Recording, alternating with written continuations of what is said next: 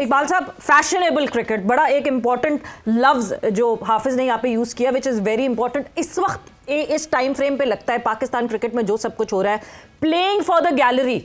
जो चीज हो रही है वाह वाह वाह वाह तालियां बजाते रहो, दरबारी बैठे हुए हैं, वो दरबारी सारे जो हैं वो सिर्फ चर्चा करने के लिए हैं, किसने क्या कर दिया किसने क्या कर दिया, टीम का कुछ पता नहीं है।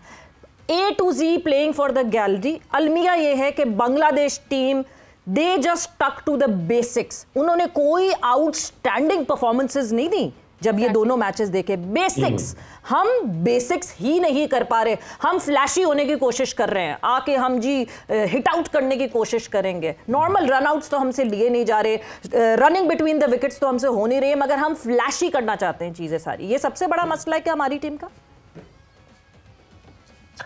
सवेरा देखें, जो जिस तरह से शाह से ज्यादा जो शाह के वफादार हैं वो मोहसिन नकवी साहब की तारीफों में जमीन आसमान के कलाबे मिला देते हैं। क्रिकेट बोर्ड की कारकर्दगी जो है वो टीम की कारकर्दगी के साथ अटैच होती है। अगर आपकी टीम अच्छा परफॉर्म कर रही होती है तो लोग वाह वाह करते हैं कि क्रिकेट बोर्ड बड़ा अच्छा चल रहा है। जिस तरह हाफिज इमरान ने बताया कि अगर हम आयरलैंड से हारेंगे, जिम्बाब्वे से हारेंगे, यूएसए से हारेंगे, बांग्लादेश से हारेंगे तो हमारी कारकर्दगी कहाँ चली जाएगी। और फिर फैसले जो है वो कौन कर रहा है? क्या मोहसिन नकवी साहब को क्रिकेट का इल्म नहीं है? बहुत से लोग फैसले उनसे करवा रहे हैं। कभी कहते हैं कि चैंपियंस कप करा दिया जाए,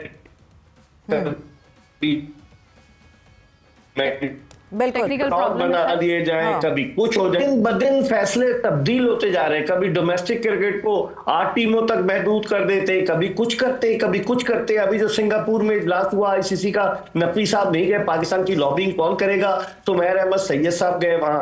यहाँ बांग्लादेश उन्होंने सलमान नसीर को 3 दिन पहले भेज दिया, इसलिए कि वो लॉबिंग करेंगे एशियन क्रिकेट काउंसिल के लिए। तो फैसले हो नहीं पा रहे। वैसे एक बात साहब, मैं कता कलामी की माजरत, आपने सलमान नसीर की बात कर ली तो मैं साथ ही साथ आपसे पूछना चाह रही हूं कि क्या ऐसी जरूरत पड़ी है जो सलमान नसीर को भेजना पड़ा? क्या जो आईसीसी में मीटिंग हुई वहां पे अंदाजा हो गया कि Sumair sahab can not handle cricketing affairs, he need to understand those affairs, उसके बाद फिर वो कुछ करेंगे? तो सलमान नसीर को इसीलिए ऐड इन किया गया। फिर सलमान नसीर तो जब पाकिस्तान क्रिकेट बोर्ड में सवेरा आए थे एज ए लीगल कंसल्टेंट आए थे, लेकिन आप दाद दें कि वो किस तरीके से तरक्की की मनाजिल दिन ब दिन तय करते हुए कहां से कहां पहुंच गए। उस वक्त उनकी तनख्वाह हजारों में थी, अब उनकी तनख्वाह लाखों में। अल्लाह करे उनकी तनख्वाह करोड़ों में हो जाए हमारी बला से। लेकिन आपने बिल्कुल सही कहा, सुमैर अहमद सैयद साहब अच्छे ब्यूरोक्रेट जरूर होंगे। इन्होंने जब मोहसिन नकवी निगरान वजीर आला थे उनके साथ काम किया, फिर प्राइम मिनिस्टर सेक्रेटेरिएट में काम कर रहे थे, वहां से यहां लेकर आए। लेकिन क्रिकेट को चलाना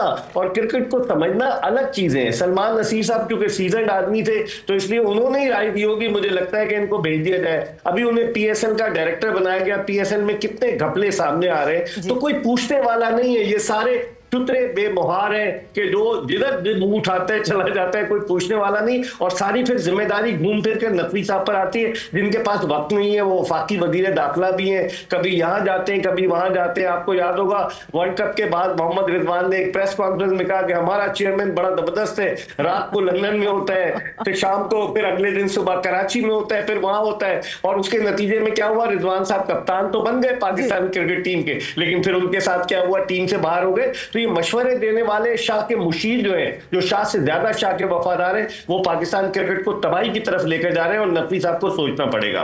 बिल्कुल, नकवी साहब को सोचना पड़ेगा। और जिस तरह हम शाह से बढ़ के शाह के वफादारों की बात कर रहे हैं, नकवी साहब अगर खुद नहीं फिजिकली टाइम दे सकते तो फिर टीम इतनी स्ट्रांग होनी चाहिए अजहर साहब कि वो इसको चला सके, बोर्ड को चला सके। डिसेंट्रलाइजेशन बहुत जरूरी। सवेरा मुझे ये बताएं कि पाकिस्तान क्रिकेट बोर्ड में कौन सी इंपॉर्टेंट असाइनमेंट्स हैं जिसमें क्रिकेटर नहीं है? कौन सी इंपॉर्टेंट असाइनमेंट्स हैं जिसमें क्रिकेटर नहीं है? जी, अगर आप नेशनल क्रिकेट एकेडमी ले लें, पाकिस्तान टीम की सिलेक्शन कमेटी ले लें, ठीक है, मेंटोर्स ले लें, और आप जनरली जितने भी कोचेज हैं जो कि रीजन में लगे हुए हैं, अगर इनको आप एवेल्युएट करें, असेस करें ना, तो तमाम ये क्रिकेटर्स जो है ना ये इन्वॉल्व हैं। अगर असद शफीक, अजहर अली और आकिब जावेद अगर ये डिसीजन नहीं ले सकते कि भाई ये आपको किसने ये राइट दिया है कि आप जाके पाकिस्तान की टीम जो हमने बनाई है आप अनाउंस करें। You won't be able to express your feeling over there, बिल्कुल आप नहीं बना सकते। ये डिसीजन तो बिल्कुल लेना चाहिए और ये डिसीजन आपको फुट डाउन करते। ब्रेक पर जा रहे हैं और जिस तरह इकबाल साहब ने भी ये बात की कि कौन कहां किस जगह right man for the right job, तो वो सबसे पहली एग्जांपल यही है कि प्रेस कॉन्फ्रेंस में कौन टीम अनाउंस कर रहा है और क्यों कर रहा है। ब्रेक पर जा रहे हैं, ब्रेक से वापस आते कॉन्वर्सेशन को आगे बढ़ाते हैं।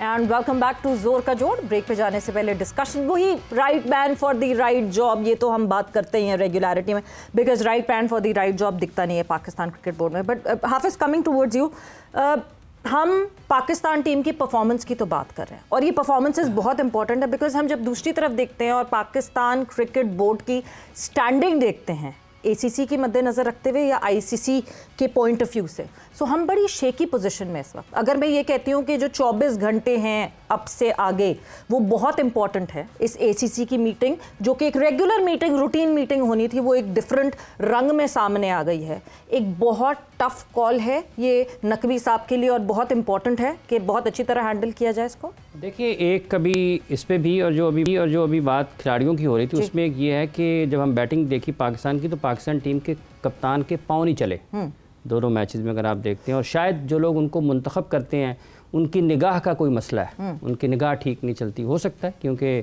जो दुनिया जो क्रिकेट खेल रही है और जिस तरह से और सिलेक्शन हो रही है वहाँ पर कुछ और तरीके से देखा जाता है, पाकिस्तान में किसी और तरीके से चलता है। तो ये तमाम का तमाम मामला है कि आप सर से पाँव तक आपके तमाम वो चीज़ें जिनकी बुनियाद पर आपने फ़ैसले करने हैं, क्या वो दुरुस्त अंदाज में, दुरुस्त समत में सोच रही हैं, देख रही हैं या नहीं देख रही हैं। जैसे राना मुजाहिद साहब कह रहे थे कि उनकी नज़र से तो पाकिस्तान हॉकी फेडरेशन बहुत अच्छी चल रही है, कमाल कर रही है ना, लेकिन ये उनकी नज़र है। दुनिया की नज़र 14 करोड़ लोगों से पूछे वो कहेंगे यार तबाही हो गई है। तो जहाँ तक ताल्लुक इस ACC के मीटिंग का है, सवेरा ये जो ICC की मीटिंग हुई है, क्या वो गैर अहम थी? तो संजीदगी का जो आलम हमने ICC की सतह पर जिसका मुजाहरा किया है वही आपको यहाँ पर भी नज़र आएगा। सवाल ये पैदा होता है कि जब आप इतनी अहम मीटिंग के लिए जा रहे हैं, भारतीय मीडिया को आप सुने, उनकी तरफ से मुसलसल ये रिपोर्ट आ रही है ना, उनका मीडिया ये बता रहा है कि ये ममालिक जो हैं ये हमारे साथ हैं।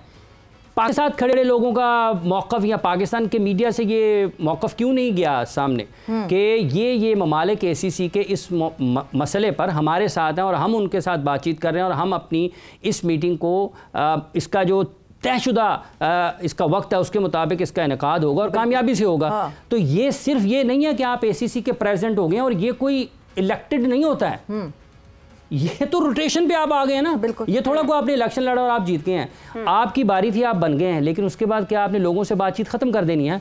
आपने लोगों से बातचीत करनी है। सफारतकारी में पाकिस्तान क्रिकेट बोर्ड उस सतह पर नहीं है जहां पर उसको होना चाहिए। बहुत अच्छी बात है कि ढाका चले गए हैं चेयरमैन साहब, हो सकता है वो दूसरे लोगों को कह रहे थे कि आप वीडियो लिंक पे आ जाएं, वो खुद भी कहते जी मैं इसकी सदारत भी वीडियो लिंक पे कर लेता हूं, जैसे कि वो ICC की मीटिंग में वीडियो लिंक पे गए थे।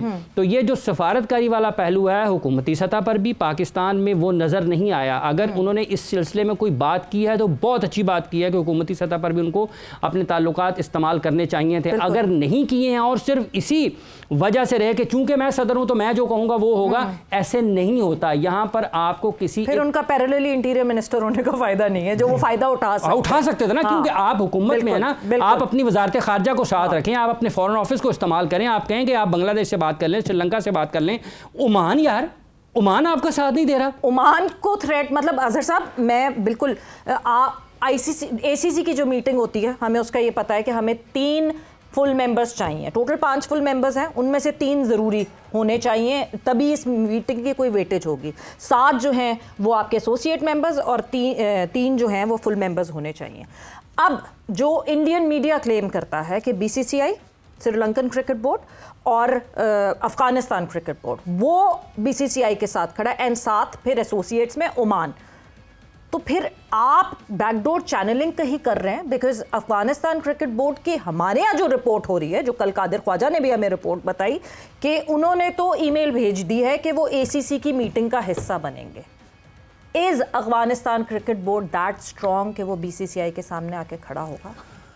आई थिंक अफगानिस्तान ने अगर आप उन्होंने साथ में इफ भी डाला। हाँ, अगर आप अच्छा बेहतर ये हो, उन्होंने साथ साथ जो कहा कि वो स्टैरिक डाल के छोटा सा नहीं लिख देते नीचे के, बेहतर ये हो कि सबके मिल के जो अच्छी हो, न्यूट्रल वेन्यू पे अगर हम कर लें तो कोई मसला। ये बिल्कुल ऐसे ही जैसे लगा होता है ना सेल, नीचे लिखता होता है कि अप टू अपना क्या उसको कहते हैं, यहाँ पे 10% या टर्म्स एंड कंडीशंस, अंदर जाके देखें तो जो 50% है वो 2-3 ही पड़ी होती है।